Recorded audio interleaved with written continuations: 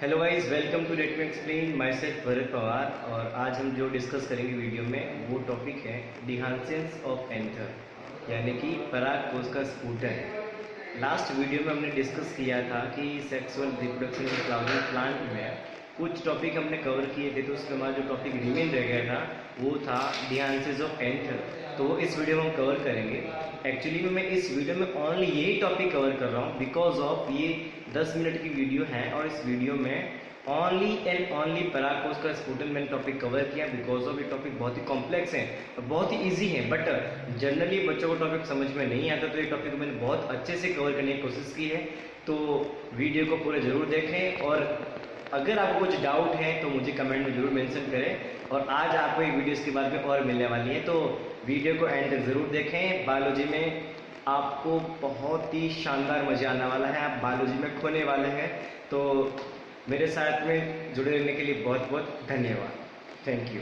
Okay, हमारा जो topic है आज का टॉपिक का नाम है डिहांसेस ऑफ एंथर। हम रिपीट कर रहे हैं, जो हमारा टॉपिक का नाम क्या हमारे पास में डिहांसेस ऑफ एंथर है। ओके, डिहांसेस ऑफ एंथर का मतलब होता है यहाँ पे पराग कोश का स्फुटन यानी पराग कोश का फटना। ओके, तब पराग कोश कैसे फटते हैं, तो क्या बोला मैंने यहाँ पे एंथर क्या होगा, मैच्योरेशन। एंथर के मैच्योरेशन के टाइम में क्या होता है, एंथर में बहुत सारे वेरियस चेंजेस होते हैं, उसके अंदर बहुत सारे वेरियस चेंजेस देखने को मिलते हैं उसकी वॉल के अंदर। अभी ये वॉल की बात कर रहे हैं ना, तो वॉल के बारे में अगर आप जानते हैं तो वॉल 4 प्रकार कितनी होती है, इसमें 4 वॉल होती है। 4 कौन कौन सी होती है आप जानते ही हैं। एक होती है एपिडर्मिस, दूसरी होती है एंडोथीसियम, तीसरी होती है आपकी मिडल लेयर, चौथी होती है आपकी टैपिटम। ये 4 लेयर उसमें होती है, बट ये 4 पीछे बचती नहीं है। ओनली कितनी बचती पीछे, 2।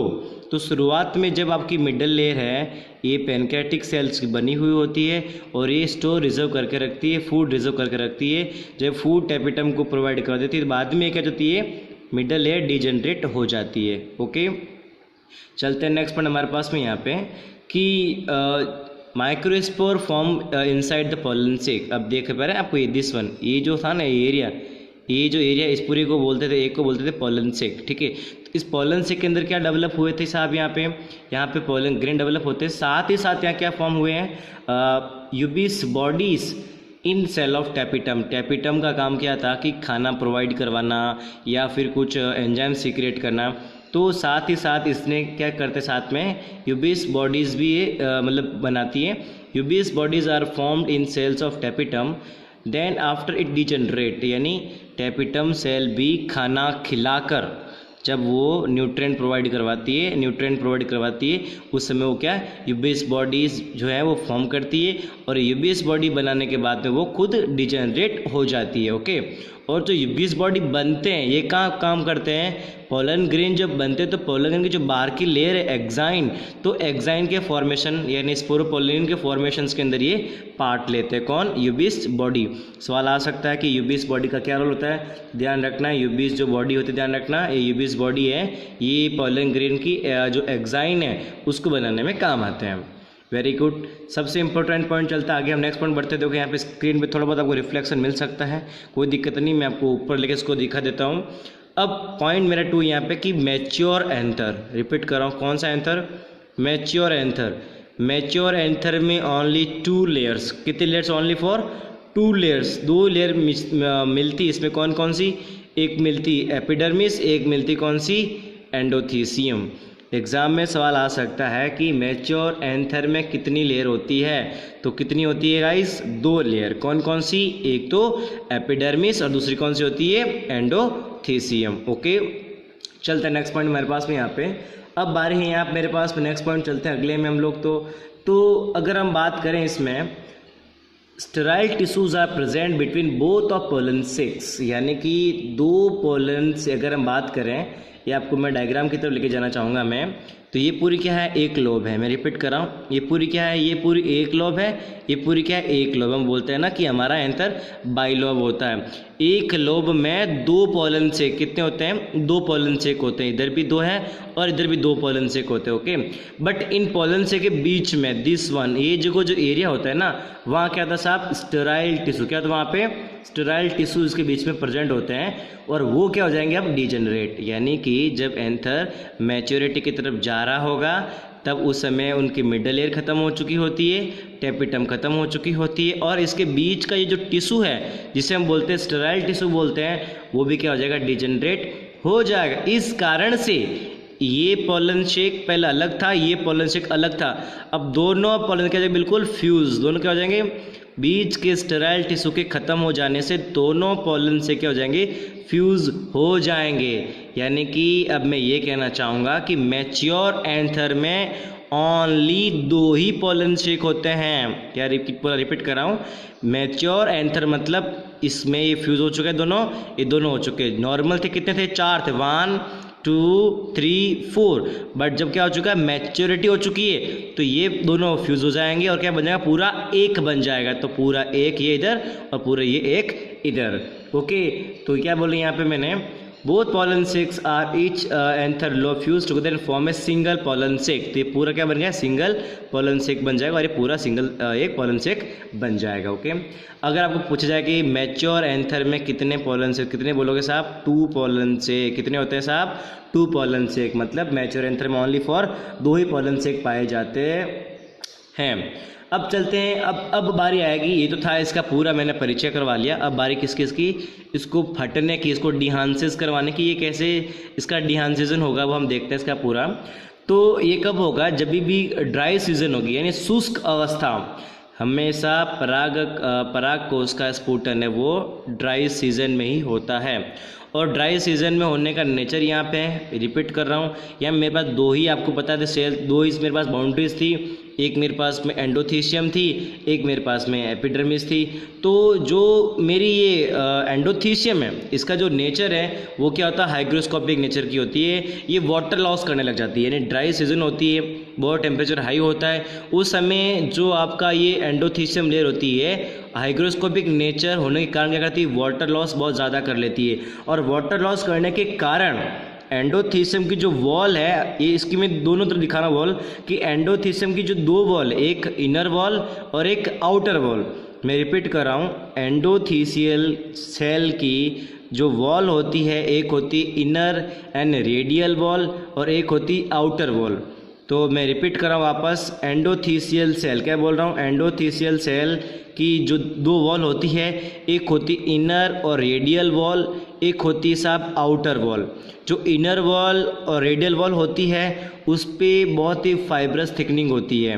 रिपीट कर रहा हूँ, एंडोथीशियम की सेल जो हाइग्रोस्कोपिक नेचर की होती है, ये वाटर लॉस कर लेती है। वाटर लॉस करने के चक्कर में, वाटर लॉस होने के कारण इसकी इनर वॉल कॉन्ट्रैक्ट नहीं होती, क्योंकि वो बहुत ही फाइब्रस थिकनिंग की बनी हुई होती, जबकि वाटर लॉस होने के कारण उसकी जो आउटर लेयर है वो क्या हो जाती है साहब, कॉन्ट्रैक्ट हो जाती है, और वो कनकेव या जो है इनकर्व फॉर्म में आ जाती है। मैं रिपीट, ओके, तो अभी आपको मैं यहाँ पे दिखा देता हूँ। अगर आपको जो थ्योरी अगर समझ पे नहीं आया स्क्रीन पे, तो मैं आपको यहाँ पे एक बार एक्सप्लेन कर देता हूँ।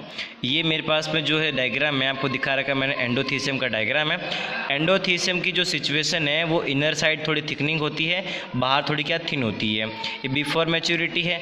अब जैसे ही मैच्योरिटी इसकी आ जाती है तो इसकी जो इनर वॉल है उसमें फाइब्रस डिपोजिशन होने के कारण, और ये जो आउटर लेयर है ये क्या है, इसमें ज़्यादा कोई डिपोजिशन होता नहीं, बहुत थिन लेयर होती है। तो ये जो नेचर है एंडोथीशियम का वो क्या हाइग्रोस्कोपिक होता है, वाटर लॉस कर लेती है। तो वाटर लॉस करने के चक्कर में इसकी बाहर की जो लेयर है वो तो मुड़ जाती, जबकि अंदर की लेयर में भले ही लॉस हो बट वो क्या फाइब्रस है, तो उस पर कोई चेंजेस नहीं होगा। जबकि जो बाहर की जो है ये पूरी लेयर है, ये पूरी लेयर बेंड हो जाएगी। इसके कारण जो पूरा जो आपका एंथर है उसका शेप क्या होगा, चेंजेस हो जाएगा, और उस पर एक फोर्स लगेगा जो भी आपको मैं स्क्रीन पे एक्सप्लेन कर देता हूँ। ओके, तो अभी आपको मैंने डायग्रामेटिक आपको मैंने पेपर पे समझा दिया है। तो उसमें आपको आपको सीन बताया है कि जो उसकी आउटर वॉल है वो क्या हो जाएगा, उसमें आपको एक कर्व देखने को मिल जाएगा, और उसके कर्व होने से क्या रहेगा, incurving of outer wall export pulling force, उसकी आउटर वॉल के कर्व हो जाने से, मुड़ जाने से पूरी की पूरी जो एंटायर सरफेस है एंथर की, उस पर एक पुलिंग फोर्स लगेगा। मैं रिपीट कर रहा हूँ, उसकी पूरी की पूरी सरफेस पे क्या लगेगा, एक पुलिंग फोर्स लगेगा, जो टेंशन लगेगा, ओके। और उस पर फोर्स लगने से क्या होगा कि स्टोमियल जो सेल है वो ब्रेक ऑफ हो जाएगी। मैं आपको एक बार दिखाता हूँ स्क्रीन पे कि कहाँ पे स्टोमियम सेल होती है। ये देख लीजिए स्क्रीन पे आपको, ये पूरी एंटायर सरफेस पे जब क्या लगेगा, यहाँ पे पुलिंग फोर्स लगेगा। तो पुलिंग फोर्स जब इन पे लगेगा, ये पूरी सरफेस पे जब पुलिंग फोर्स लगेगा तो इसके बीच की जो सेल है बहुत ही नाजुक होती है, बहुत ही कमज़ोर होती है। तो ये स्टोमियम सेल, ये जो प्रेशर है, ये जो आपका जो टेंशन है, ये जो प्रेशर, ये लोग झेल नहीं पाएंगे और यहाँ से क्या हो जाएगा, ये ब्रेक ऑफ हो जाएगा, यहाँ से टूट जाएगा।